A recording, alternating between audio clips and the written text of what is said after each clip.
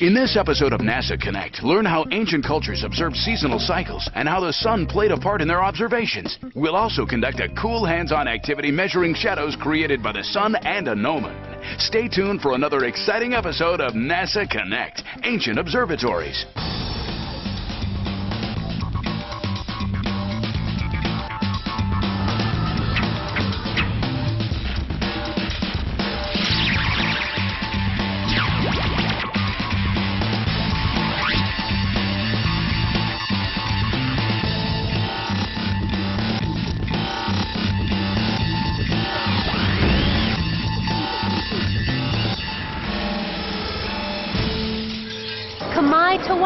Or welcome to NASA Connect. I'm Jennifer Foley, and this is the National Museum of the American Indian. And I'm Dr. Stan Odenwald at an archaeological site in Mexico. Hola! This is NASA Connect, the show that connects you to math, science, technology, and NASA. On today's program, you will see how ancient cultures found a connection to the stars. You will also learn how many of these societies were very sophisticated when making celestial observations. You'll also learn about the mathematics and geometry used by these ancient peoples to make their observations. What you will learn today will absolutely astound you. But first, Jennifer, tell us about that building that you're in. Stan, this is the newest museum in our nation's capital. As you enter the museum, hundreds of written and spoken words meaning welcome in native languages throughout the Americas are projected onto this wall. These people, not only here in the Americas, but also their brothers and sisters in Africa, Asia, Europe, and the Pacific, looked at our starry skies. All of these people had a connection to the sun. In the museum, this room celebrates the sun. From this circle, the four cardinal directions, north, south, east, and west, extend out of the building. The angles of solstices and equinoxes are mapped on the floor.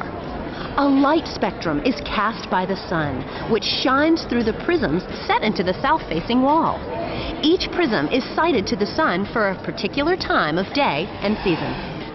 The dramatic designs in this modern museum show the connection between astronomy, nature, and people. That connection is the key to understanding how the ancients looked at our universe, which is the theme of today's program. Today, we will talk to Native American astronomers.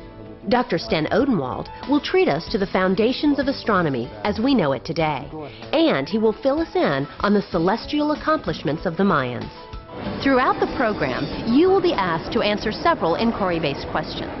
After the questions appear on the screen, your teacher will pause the program to allow you time to answer and discuss the questions. This is your time to explore and become critical thinkers. Now, let's learn more about ancient observatories. The science of interpreting the relationship between the sun and the daily lives of primitive people is called archaeoastronomy.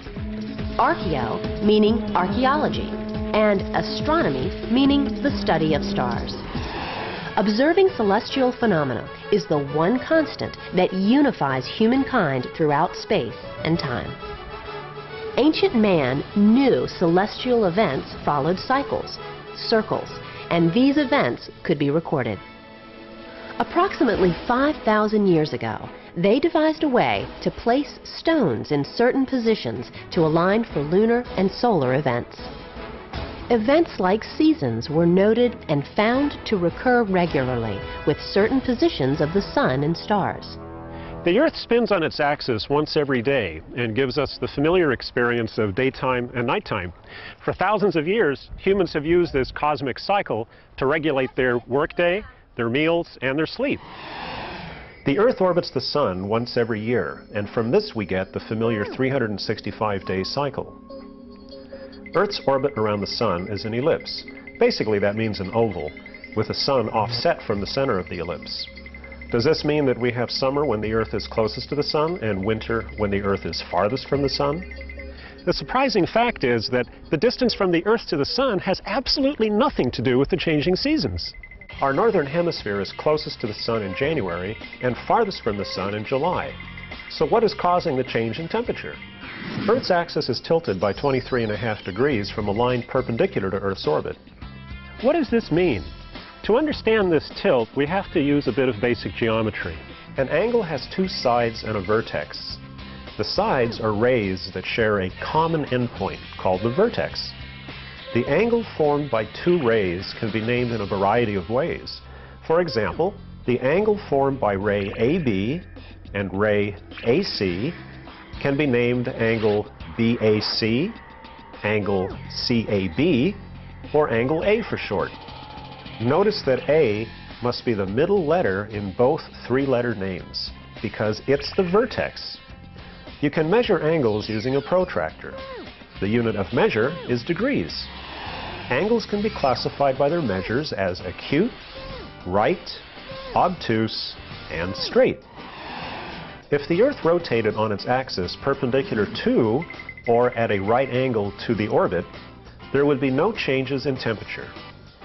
The Earth rotates at an angle 23.5 degrees from this perpendicular line. It's a very small tilt, but enough to affect the sun's rays hitting the Earth. This is a great time to pause the program and think about the following questions. Why is the area near Earth's equator hotter than the areas near the poles? If the tilt of Earth's axis measured 33 degrees rather than 23.5, how might seasonal changes and temperature ranges differ? Teachers, it's now time to pause the program. The tilt of the Earth's axis gives us our seasons, and because of the extremes in heat and cold, it's very important to keep track of the changing seasons if you're growing food. This seasonal cycle is important to ancient and even modern people. In some parts of the world, like the arid climates of the southwest states of the USA, the growing season was so short that people could not waste much time getting the seeds in the ground at the start of spring. But how do we predict when the growing season will begin in the spring? For that matter, how can we tell when the other seasons begin and end? It turns out that just by keeping track of how high up the sun gets over the horizon at noon, you can determine the start of the seasons exactly. Almost all ancient people that relied on planting times discovered this little relationship. The start of the four seasons, summer, fall, winter, and spring, are noted by what astronomers call the summer solstice, the fall equinox, the winter solstice, and the spring equinox. At the start of summer, around June 21st in the northern hemisphere, the sun is at its highest point above the horizon at noon. As the sun begins its movement back away from its maximum height, the number of daylight hours has declined to an equal number of daylight and nighttime hours. This is the fall equinox near September 21st. A few months later, the path of the sun arrives at its lowest point at noon. The sun spends very little time above the horizon of the northern hemisphere, and the night is much longer than day. Welcome to the winter solstice, or start of winter, around December 21st. After a few more months, the path of the sun works its way higher in the sky, eventually arriving at a path where day and night are equal. This happens March 21st at the spring equinox, a vital time for planting crops. Archaeoastronomers have found three types of early observatories: simple markers, circles of stone and wood, and temples. Early on, markers were used to create sight lines to the horizon, so that during the equinox or solstice, the sun would appear to rise exactly on the sight line. Stonehenge in England was set up this way, as were a number of ancient Native American buildings, such as the ones at Chaco Canyon in New Mexico and Hovenweep in Utah. England's Stonehenge is one of the earliest examples of an observatory in Europe. Stonehenge is a large calendar capable of predicting the equinoxes and the solstice. Before Stonehenge, in 3000 BC, the ancient Egyptians had devised a solar calendar of 365 days, the starting point of which hinged on the heliacal rising of the star Sirius, which also happened to coincide with the summer solstice and the annual flooding of the Nile. By being in touch with celestial phenomenon and their natural surroundings, the ancient Egyptians were able to predict events of great significance in their desert environment. At Abu Simbel, massively carved statues of Ramses the Great face east to greet the sun god Re, the bringer of light. As the sun rises each day, the statues are illuminated again, perhaps a sign of rebirth for Ramses. But the most compelling is a passage to the temple's inner sanctuary, which is aligned so that on October 18th, the sun filters into the sanctuary, illuminating a statue of Ramses. While October 18th doesn't mean much to us in the Western world, this October date corresponds to the beginning of the Egyptian civil year and the celebration that occurred during the time in which Ramses lived. It was the Greeks, however, that created the first portable cosmological tool for keeping track of these motions, a stick. The Greeks actually called it a gnomon, and it was used to keep track of the shadow of the sun. Actually, it's a little bit more difficult than that because the shadow depends on your latitude. Again, if you are not near the equator, the shadow will be shortest during the summer solstice and longest during the winter solstice. For the spring equinox and fall equinox, the shadow will be halfway between the shadow lengths at the solstices. In the southern hemisphere, the shadows will be reversed, just as you all know the seasons are reversed. When it's summer in the United States, it's winter in Argentina. This all works pretty well if you're not at the equator. At the equator, the summer solstice sun casts a shadow in a southerly direction, and the winter solstice sun casts a shadow in the northerly direction. During the equinox, at the equator, the shadow disappears. Oh, and another thing that they were used for is sundials. And it looks to me like it's time to go back to Jennifer. Okay, guys, let's take a look at how a gnomon works and see the angle of the sun at certain times during the day. Students from Newcomb Elementary School in Newcomb, New Mexico will preview this show's hands-on activity. Yes, hello. We are students from Newcomb Elementary School. We are located in the Navajo Reservation in the Four Corners region of New Mexico. Tracking the passage of the sun in the sky continues to play a very important role in the life of our Navajo culture. Traditional Navajo still use this system of tracking the sun's shadows to tell time and to tell the changing of the seasons. For example, when my grandfather herds sheep, he does not wear a watch like this. He uses the sun's shadow to tell time. It also helps him to tell when to take the sheep back home in their corral.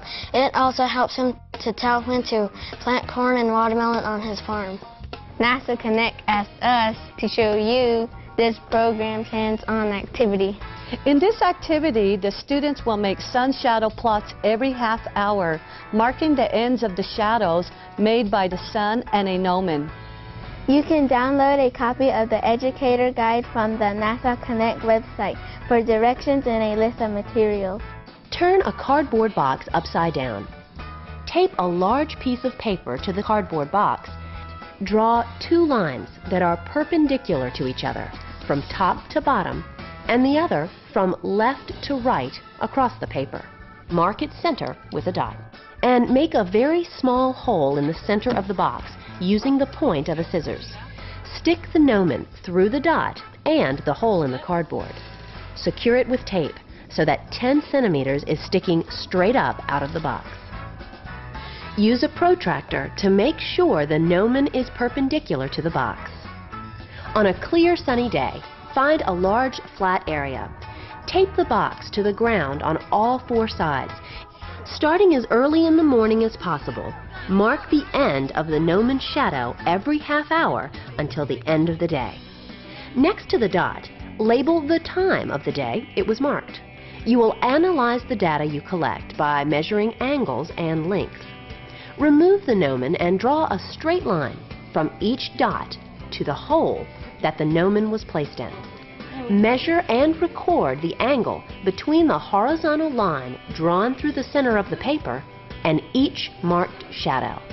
Then, measure and record the length of each shadow. Using geometry, find and label true north on your sun shadow plot. Verify local solar noon using shadow length times and sunrise-sunset times. How do the lengths, positions, and angles of the shadows change? What do the changes tell you about the position of the sun throughout the day? Would the curve change if you used a different sized gnomon to cast the shadow? And don't forget to check out this cool web activity for this program. You can download it from the NASA Connect website. Great job, you guys. All right, let's review.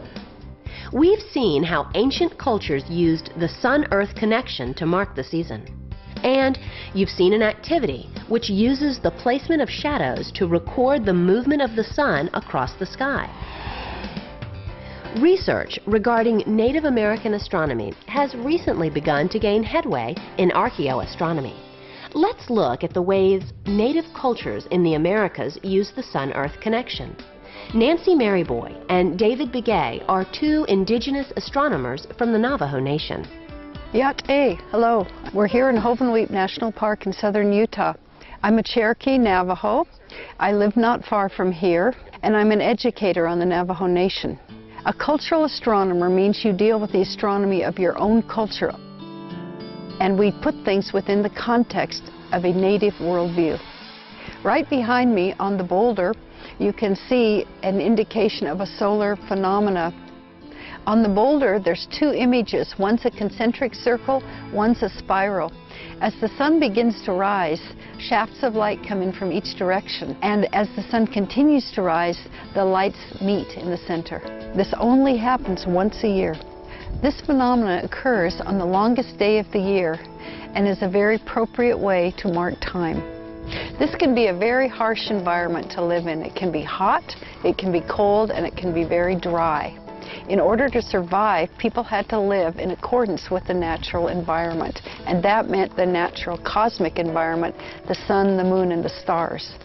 It was very important to track the path of the sun and the moon and certain constellations, and to do that, people used natural markers like petroglyphs and sun and moon alignments. Remember, there was no watches, there was no timekeepers, there was no calendars. My name is David Begay. I am a cultural astronomer. I've been living out here for many years.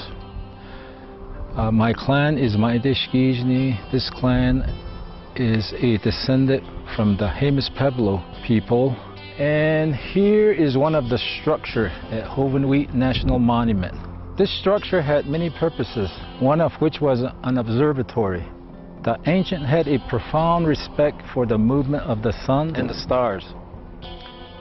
On the longest day of the year, the sun shines through an opening and the light falls on a marker. What people experience here is really a cultural experience. It's a whole life experience. People felt the movement of the sun. People felt the movement of the moon. It was a daily experience. Among the Navajo people, for the sun, when it reaches summer solstice, it's a total life experience. People used to talk about the solstice being a 4-day phenomenon. People used to say, the sun spent 4 days before it starts moving back the other way. So it's really something that was experienced, it was talked about, it was a part of the culture, it's been passed on through the generation. I think people talk about these movements in terms of days. I'm not sure if you can really call it special math. I don't think tracking the sun down to the second was important at that time. These buildings and boulders are remnants of ancient civilizations, much like the ruins in Rome, the ruins in Greece. And today, they're still very relevant to us out here in the Southwest. We still see the same sky, and we're in awe of the technology that was employed to build these buildings and capture these solar and lunar alignments. Today, we look in the sky, we use some of the same knowledge that the ancestral Pueblans used. We use it for planting, we use it for setting ceremonies, and we use it to keep the earth in order. The balance between earth and sky is still very important to Native peoples. Thanks, Nancy. And thanks, David. You know, guys, one of the earliest Native American structures to observe the sun and the stars is Casa Rinconada, located in the Chaco Cultural National Historical Park. Casa Rinconada is a large kiva. Kivas are large circular rooms used for ceremonies by Native American cultures. Like Hovenweep, on the day of the summer solstice, a beam of light from an opening in the kiva precisely illuminates a niche in the far wall. For years, Chaco Canyon was primarily seen as a trade center, but with the advent of archaeoastronomy, Chaco is beginning to be seen as a center of astronomy and cosmology. So far on today's program, we have seen how the relationship between the sun and the earth weaved a connection between all ancient cultures. Now, much of the information from those cultures has been lost to us. However, other cultures have recorded that information. And now, that information is being interpreted. For a look at one of these ancient cultures, let's return to Dr. Sten Odenwald. Thanks, Jen. Perhaps the greatest ancient astronomers were the Mayans, who lived right here where I'm standing. The Mayans inhabited the Yucatan Peninsula in Mexico and Guatemala. These people made astronomical and seasonal observations which rivaled anything seen in Europe during the Roman Empire or the Dark Ages. These amazing people mapped the heavens, they evolved the only true writing system native to the Americas, and they were masters of mathematics. They invented calendars that are still accurate today, and without metal tools, beasts of burden, or even the wheel, they were able to construct vast cities with an amazing degree of architectural perfection and variety.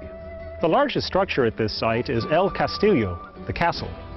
That these temple builders were mathematically precise in their architectural designs is borne out by the natural phenomena which occur during the fall and spring equinoxes.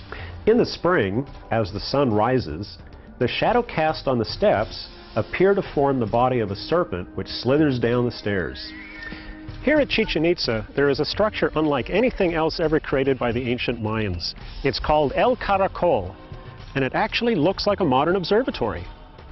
Its design didn't function the same way as our modern observatories. Instead, its walls contain many windows.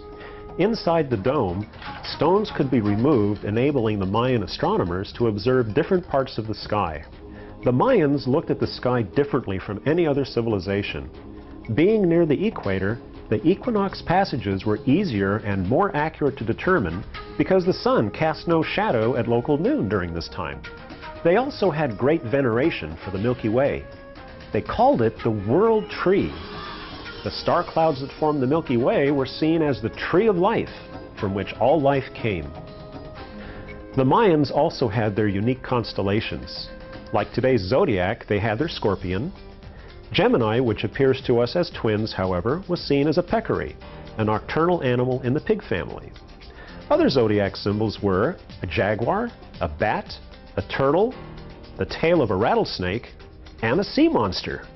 Because they looked at things differently, perhaps it's not surprising that the Mayans had a different mathematics as well.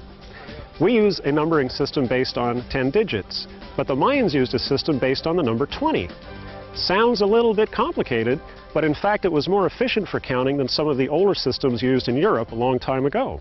The Mayan counting system required only 3 symbols: a shell representing 0, a dot representing a value of 1, a bar representing 5, and a shell with a dot representing the base number 20. There are 2 advantages to the Mayan counting system. The first of these is the idea of 0, which many civilizations at that time did not have. Second, they only used 3 symbols to represent lower and higher numbers. In Rome, multiple symbols were used: I's for 1, V for 5, X for 10, L for 50, C for 100, and M for 1,000. Mayan numbers were written from bottom to top, so the number 19 becomes bars of 5, 5, 5, with 4 dots above the bars. To complete the first set of 20, a dot was raised over a shell-like symbol. To get 21, the elevated placement of the dot remained to represent 20, and a dot was added underneath to represent 21. Then the counting cycle for the next 20 began again. So what do you think the number 40 or 41 would look like? In Europe at this time, people still struggled with the Roman numeral system. That system suffered from 2 serious defects. First, there was no 0. And second, Roman numbers were entirely symbolic, having no direct connection to the number of items represented. So, are you ready for a challenge? Okay. Working together, try adding 21 and 33 using the Mayan system. Then try adding 21 and 33 using Roman numerals. This is a good time to pause the program. So how did you do? Let's check your work. In Mayan, the number 21 is represented as ... 33 is 2 bars equaling 10, 3 dots for units, and an elevated dot representing 20. Adding together, you get 54, which is 2 bars, 4 dots, and 2 elevated dots. Easy to decipher. In Roman, you have XXI plus XXXIII equals LIV. Unless you actually know what the Roman symbols stand for, you have no idea what you are seeing. In Mayan, you can actually add up the dots, bars, and shells. Mayan merchants often used cocoa beans, sticks, and shells to do these calculations. From these 3 symbols, the Mayans could do everything from the simplest arithmetic needed for trade to keeping track of astronomical events, both past and future. Speaking of astronomy, remember how I said the Earth's axis was tilted at 23.5 degrees? If you round that to 24, how would you write that in Mayan? The Mayan system of counting using dots, bars, and shells can be compared with the ones and zeros used by modern computers, and it was all done 1,500 years ago. With all the advances that the Mayans made, it's interesting to speculate what would have happened if the Mayans had sailed east to discover Europe instead of the Europeans sailing west to discover the Americas. To learn more about Mayan mathematics, go to the following websites. Back to you, Jennifer. Thanks, Stan. Well, guys, that wraps up another episode of NASA Connect. We'd like to thank everyone who helped make this program possible. Got a comment, question, or suggestion? Well, then email them to connect@lark.nasa.gov. I'd like to leave you guys with a thought and a challenge. What is impressive about these sites is the accuracy of their observations and the time and effort they put into building these observatories.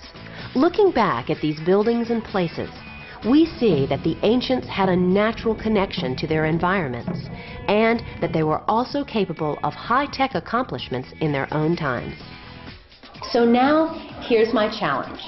How do you think people 300 or even 1,000 years from now will see us through the artifacts that we leave behind? Until next time, stay connected to math, science, technology, and NASA. Goodbye for now.